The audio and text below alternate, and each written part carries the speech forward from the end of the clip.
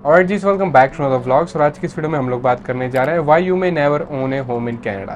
तो यार कनाडा की जो करंट सिचुएशन चल रही है या फिर मैं बोलूँ पिछले 5-10 सालों से चलती हुई आ रही है, इसके चलते भाई it may shatter your dream as a first time home buyer और as a new immigrant to ever own a home in Canada. तो भाई इन सब चीज़ों के बारे में इन डिटेल में बात करेंगे। So out of this time let's start the video. तो इस वीडियो की शुरुआत में हम सबसे पहले कनाडा की रियल एस्टेट मार्केट को समझ लेते हैं, जो कि सिंपली चलती है सप्लाई एंड डिमांड के बेसिस पे। ठीक है, मतलब जैसे यहाँ के आपको पता है कि इमिग्रेशन डिपार्टमेंट है वो हर साल गोल रखता है कि भाई इस साल हम 5 लाख लोग लेंगे। तो वो जो 5 लाख लोग आते हैं उनमें से कुछ होते हैं रेंटर्स, कुछ होते हैं होम बायर्स। कुछ लोग इंडिया से काफ़ी फाइनेंशियली स्टेबल होते हैं जिनको आते घर चाहिए होता है, डायरेक्टली PR आ रहे हैं, फैमिली के साथ आ रहे हैं। लेकिन कुछ लोग होते हैं स्टूडेंट वीज़ा पे आ रहे हैं, वर्क वीज़ा पे आ रहे हैं या फिर PR आ रहे हैं, लेकिन उनका इतने फाइनेंशियल स्ट्रॉन्ग बैकग्राउंड नहीं है, तो उनको यहाँ पर रेंट पे चाहिए। किसी को बेसमेंट चाहिए, किसी को अपार्टमेंट चाहिए, किसी को घर चाहिए। अब भाई इतने लोग आएंगे, हर किसी को रिहाइश चाहिए, किसी को शेल्टर चाहिए। बचपन से सुना है रोटी कपड़ा मकान की ज़रूरत होती है, तो वो सबकी ज़रूरत होती है। तो यहाँ पे आते हैं, उनको चाहिए। तो जो अब एग्जिस्टिंग मार्केट के ऊपर इतना ज़्यादा प्रेशर पड़ता है डिमांड का, तो वो सप्लाई मीट नहीं कर पाती। उसके चक्कर में सिंपली प्राइजेस बढ़ते जाते हैं ईयर बाय ईयर। ठीक है, तो ये जो प्राइजेस इतने इंसेन रेट पे बढ़ते हैं उसके बारे में डिटेल में आगे बात करूँगा। बट आई डोंट थिंक इस रेट पे दुनिया के किसी और कोने में प्राइजेस बढ़ते हैं, simply based on supply and demand. ठीक है, यहाँ पे 5 लाख लोग आते हैं, हर किसी की ज़रूरत है, तो भाई प्राइजेस बढ़ते ही जाते हैं, बढ़ते ही जाते हैं। इवन दो भाई दुनिया में बहुत सारे एक्सपर्ट्स हैं जो बोलते हैं कनाडा का जो मार्केट है काफ़ी हाउसिंग मार्केट है, एक काफ़ी बड़ा बबल है, किसी न किसी दिन ज़रूर क्रैश होगा, लेकिन ये कभी क्रैश नहीं होता। क्यों नहीं होता? क्योंकि भाई हर किसी को छत चाहिए, तो लोग सड़कों पे तो आने से रहे, तो इसलिए कभी क्रैश नहीं होता। लोग इवन दो अभी भी इतने ज़्यादा इंटरेस्ट रेट चल रहा है, लोगों को बाय करनी है प्रॉपर्टीज़। बहुत सारे लोग हैं, किसी को डिटैच हाउस चाहिए, किसी को अपार्टमेंट चाहिए। हाँ, हो सकता है आपकी अफोर्डेबिलिटी रेशियो कम हो जाए। आप अगर डिटैच ढूंढ रहे थे, अभी आपको टाउन हाउस मिल रहा हो, लेकिन at the end of the day people are in the market, there is bidding war going on. तो मार्केट हमेशा ऊपर ही रहा है कनाडा का, लेकिन ये बहुत ज़्यादा अच्छी बात नहीं है न्यू टाइम, मतलब न्यू कमर्स के लिए या फिर मैं बोलूँ फर्स्ट टाइम होम बायर्स के लिए। इवन दो यहाँ की बॉन्ड पॉपुलेशन के लिए, यहाँ के बॉन्ड नेटिव है कनेडियन लोग हैं, उनके लिए भी ये बहुत ज़्यादा अच्छी बात नहीं है। और हम सबको पता है कि यार जो घरों की कंस्ट्रक्शन होती है वो ओवरनाइट तो नहीं होती, इट टेक्स मंथ्स और समटाइम्स ईयर्स। ठीक है, डिपेंड भाई आप कौन सी प्रॉपर्टी देख रहे हो। कभी बिल्डिंग बन रही है, उसको परमिट चाहिए, ये वो चाहिए, डेवलपमेंट प्लान चाहिए, उसकी कंस्ट्रक्शन ज़्यादा टाइम लेती है। And at the same time यहाँ पे लेबर शॉर्टेज तो हमेशा कनाडा में रहती है, क्योंकि मैंने जैसे आपको बताया भाई डिमांड बहुत ज़्यादा, हर साल 5 लाख लोग आएंगे, तो भाई there is no way supply meet हो सकती है। एंड इवन तो आज के टाइम पे ऑलमोस्ट 6% हो चुका है मॉर्गेजेस का रेट, यानी कि अगर आप घर का लोन लेने जाओगे 6% इंटरेस्ट रेट पे पड़ेगा, जिसका मतलब है अगर आपकी लेट से आप $1000 मंथ पे कर रहे हो मॉर्गेज। ठीक है, like very basic example, usually लोग $3-4 से ऊपर ही पे करते हैं। अगर आप 1000 पे करो, उसमें से $800-900 मंथ इंटरेस्ट पे ऑफ हो रहा है। ठीक है, आज की डेट में अगर आप घर खरीदते हो, तो मतलब कि आप अपना घर तो भाई ओन कर ही नहीं पाने वाले बहुत सारे सालों तक, तो आप इंटरेस्ट ही चुका रहे होगे। इवन दो यू पे $4000 a month, उसमें से most likely 3000 to like $3200 will be going towards interest. इतने क्रेजी मार्केट होने के बावजूद people are still buying properties. अब जिन लोगों का भाई टोरंटो वैंकूवर काम नहीं बनता, उनको लगता है कि भाई आज के इंटरेस्ट रेट पे लेट्स से उनकी अफोर्डेबिलिटी पावर थी $500,000, तो उनकी अब भाई 3 लाख आ चुकी है सिर्फ और सिर्फ 3 लाख में प्रॉपर्टी ढूंढने। उन्हें लगता है भाई टोरंटो में नहीं हो सकता, वैंकूवर में नहीं हो सकता, तो ये मूव टू कैलगरी या ऐसी ही किसी अफोर्डेबल प्लेस पे जहाँ पे कि वो जाके थोड़ी सी मार्केट को इन्फ्लेट कर दे, उनका काम बन जाए। But at the same time बाकी लोगों के लिए मुश्किल हो जाता है, ज़्यादा डिमांड आती है एग्जिस्टिंग मार्केट के ऊपर, तो प्राइजेज ऊपर जाते हैं। एंड टोरंटो की बात करें तो भाई वहाँ पे 2015 में मैं स्टैट्स पढ़ रहा था थोड़े दिन पहले, 2015 में average home use to cost about $500,000। Can you believe that? Detached house $5 lakh का मिल रहा था भाई, आज से 2015 बेसिकली 7-8 साल हो गए तब मिल रहा था। आज की डेट में अगर आप यही घर खरीदने जाओ ना डिटैच्ड हाउस, तो एवरेज जो प्राइस चल रहा है टोरंटो की मार्केट में वो है $1.1 मिलियन से $1.2 million. And same goes for Vancouver. Montreal में थोड़ा सा शायद आपको सस्ता मिल जाए, क्योंकि वहाँ पे बहुत ज़्यादा लोग नहीं जाते ड्यू टू फ्रेंच, वहाँ पे फ्रेंच बहुत सारे लोगों को आनी चाहिए तभी आपका काम बन पाएगा, बट नहीं आती है लोगों को, इसलिए वहाँ पे नहीं जाते। नहीं तो वहाँ आपका हाल भी ऐसे हो जाता है, क्योंकि this is one of the most developed cities in this country. तो उसके चक्कर में भाई बहुत सारे लोगों को दिक्कतें आ रही हैं। Even though prices are going up, interest rates are hiking. बहुत सारे लोगों की एक्चुअली में रातों की नींद चली गई है। जिन लोगों ने 1% पे घर कभी बुक किए थे 1% कुछ नहीं होता। 1% पे आज जिन्होंने घर बुक किए उनकी अगर 6% हो चुकी है, कहाँ उनकी पेमेंट जा रही थी $2500 month let's say for example, आज वही लोग $4-4 मंथ पे कर रहे हैं, तो कहाँ से आएंगे? क्या आपको लगता है कि भाई इंसान की इनकम इतनी बढ़ती है ईयर ऑन ईयर? ऐसा कुछ नहीं होता। कोई सरकार ऐसा कोई बेनिफिट नहीं दे रही किसी को। It's just they are trying to control the inflation in this country.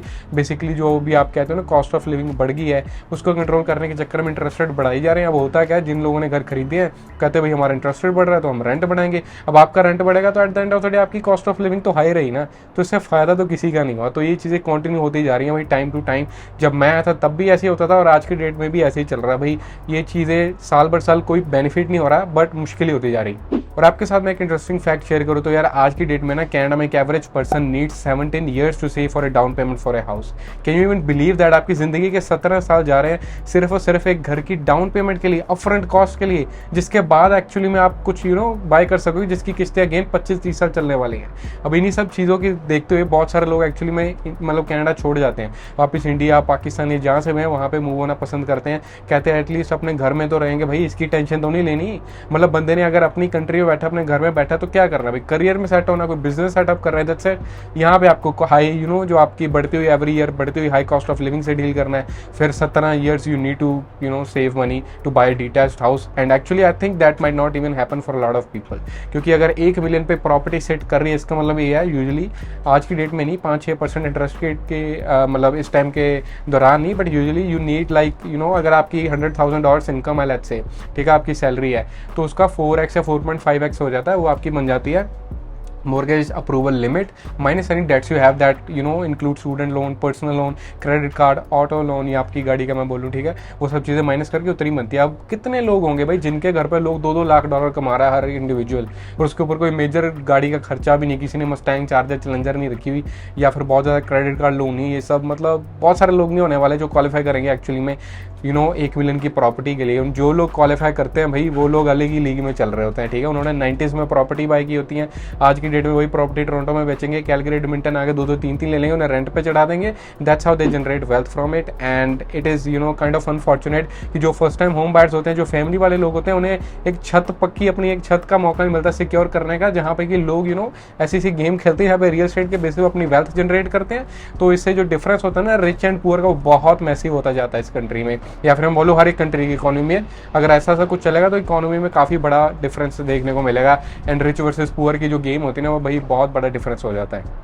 And like इस कंट्री में तो वैसे मैं आप बताऊं तो भाई 16-17 साल की उम्र में रिवाज है, लोग अपना घर छोड़ के चले जाते हैं, ठीक है, घर छोड़ के मतलब कहीं और नहीं जाते। बेसिकली जो बच्चे होते हैं वो कहते हैं हम अब बड़े हो गए, अपनी जिम्मेदारी खुद ले सकते हैं, हम जॉब करेंगे, खुद रहेंगे और खुद मकान वगैरह लेंगे। ऐसा होता है इंडिया में, तो ऐसा नहीं होता। इंडिया में लोग 30-30 साल की उम्र में भी घर रह लेते हैं, लेकिन यहाँ पे ऐसा नहीं है। तो अब वो 16-17 साल की उम्र का जो इंसान घर से निकला है, let's say they work at McDonald's, Tim Hortons, Walmart, कहीं भी, तो एक टाइम पे तो जाके लेट्स से मे बी 28-30 की एज में they feel like they want to buy a house. तो कब करेंगे भाई, कैसे करेंगे? मतलब 17 साल आपको और चाहिए डाउन पेमेंट जमा करने के लिए, वो भी वो लोग होंगे भाई जो 1-1.5 लाख कमा रहे हैं, बाकी लोग तो अप्रूव ही नहीं होने वाले कभी, like just as said 4 times या 4.5 times minus any debt you have. तो उसके चलते हुए बहुत सारे लोग अप्रूव होने ही नहीं वाले। एंड मेरे कोवर्कर था, जब मैं टोरंटो रहता था, ठीक है, कंपनी में काम करता था, मेरे कोवर्कर था, he was a grandfather and he was living in a rental space including his son, his family, ठीक है, आगे उसका पोता भी था। तो उसने मुझे यही कहा था कि भाई मैं तो कुछ नहीं कर पाया, शायद मेरा लड़का भी ना कर पाए, उम्मीद करता हूँ मेरा पोता किसी दिन घर खरीदेगा। तो मतलब can you even imagine that भाई तीसरी जनरेशन आगे चल रही है and they still living in rental space. मेरे साथ ही काम कर रहा था इंसान। मैं ये नहीं कहता कि भाई आप वैसी सी जॉब्स पे जो मैं कभी करता था, ठीक है, फील्ड टेक्नीशियन की जॉब, मैं ये नहीं कहता कि आप वहाँ पे बहुत ज़्यादा लाइफ में अचीव कर सकते हो चीज़ें, लेकिन जो डिफरेंस है ना, मतलब बंदा माइंड सेट ही अपना उसने ऐसे डेवलप कर लिया कि भाई मेरी तो बस की बात नहीं है, मेरी तो ज़िंदगी यहीं तक थी, अब ये लोग जाने, इनका काम जाने, ये लोग कर लेंगे तो कर लेंगे, मैं नहीं कर सकता। अब ये लोग भी कैसे करेंगे जब तक उनका पोता बड़ा होगा, भाई कहाँ पहुँच जाएगी यहाँ की मार्केट। लाइक ए सेड 2015 में $5 लाख था, आज की डेट में $1.2 मिलियन, तो कैसे मतलब उसका पोता क्या करने वाला है। तो बहुत सारी फैमिलीज होंगी, बहुत सारे लोग होंगे जो जनरेशन टू जनरेशन हमेशा रेंट पे रहने वाले हैं। अगर आप अल्बर्टा आ जाओ भाई, आज की डेट में रेंट कंट्रोल नहीं है, इसका मतलब ये है आपका रेंट कभी भी कितना भी बढ़ सकता है, कभी भी नहीं, मतलब अगर आज बढ़ा तो उसके 1 साल बाद ही बढ़ेगा, बट 1 साल इज टू सून। अगर वो चाहे भाई उन्हें 100% 200% रेंट बढ़ाना है तो कैसे आप मैनेज करने वाले?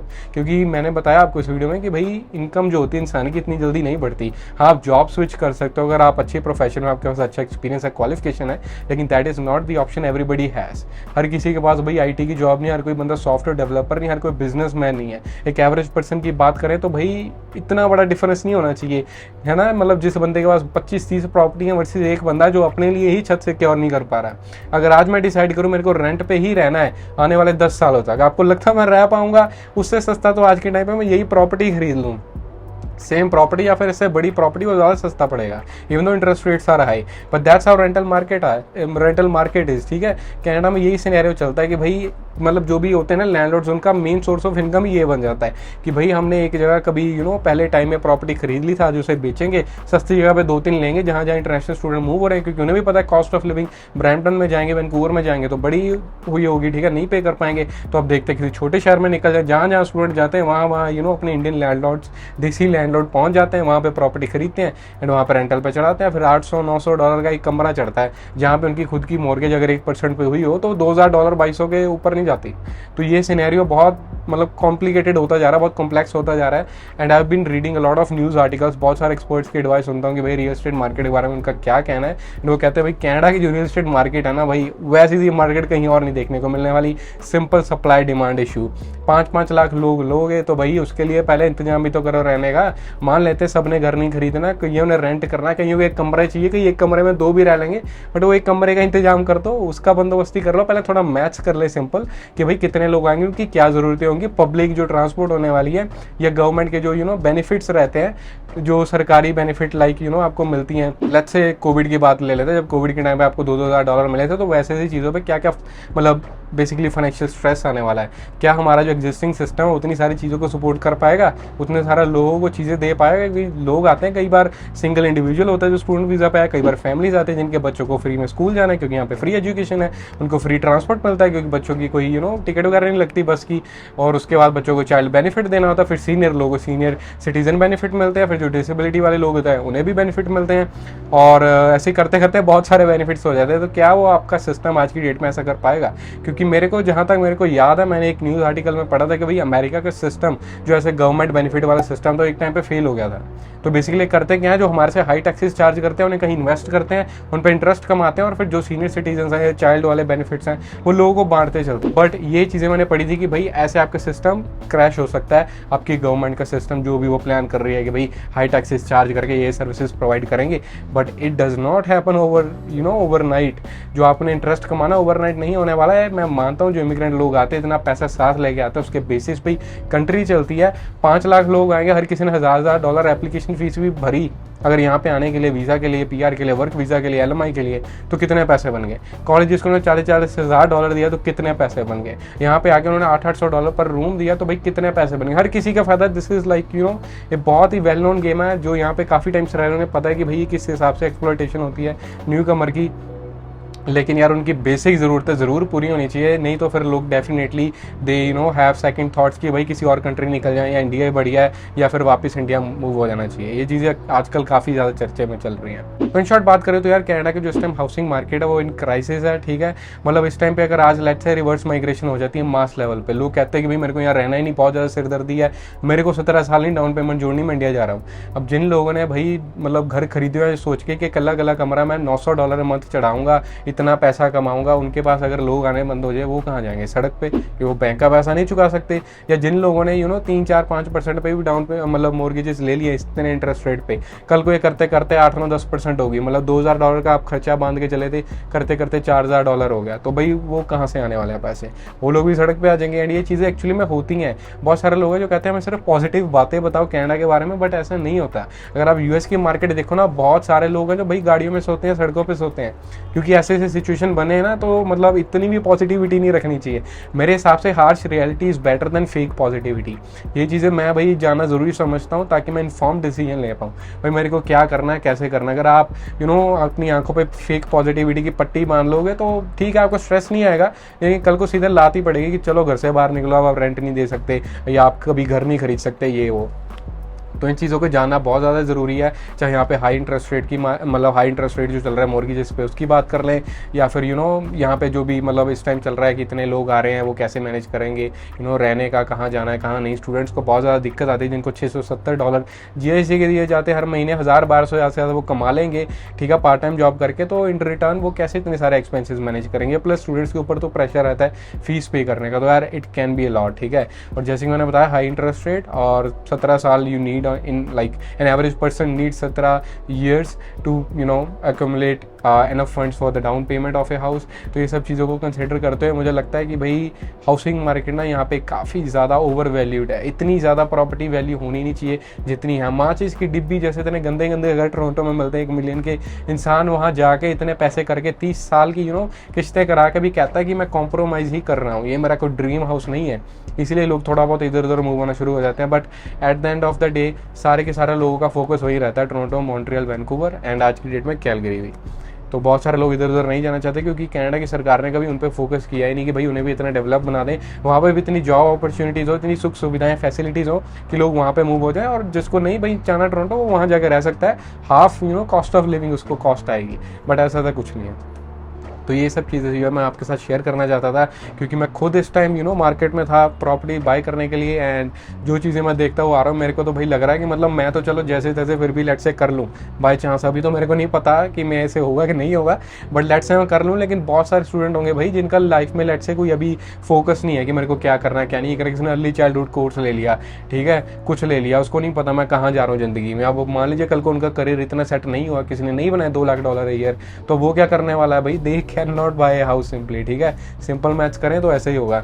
नहीं यकीन तो किसी दिन बैंक चले जाएं, उनसे पूछ लें, अगर उन्होंने आपको बिठा के एंटरटेन भी कर लिया तो यानी कि यू मेक एनफ मनी, नहीं तो वो बोलेंगे कि भाई साहब अब घर चले जाओ, ठीक है। तो ये सब चीज़ें जाननी बहुत ज़्यादा ज़रूरी है अगर आप इस कंट्री में रहने का प्लान कर रहे हो। नहीं तो हाँ, you can get your PR passport and then move wherever you like. ये भी ऑप्शन बढ़िया है, बुरा नहीं है, ठीक है। बट मैं कहूँगा कि ये सब चीज़ें जाननी बहुत ज़्यादा ज़रूरी है, इसलिए मैंने सोचा ये वीडियो बना लूँ। अगर आपको अच्छी लगी हो तो कर देना यार लाइक, शेयर, सब्सक्राइब एंड मिलते हैं अगली किसी वीडियो में। तब तक के लिए टेक केयर।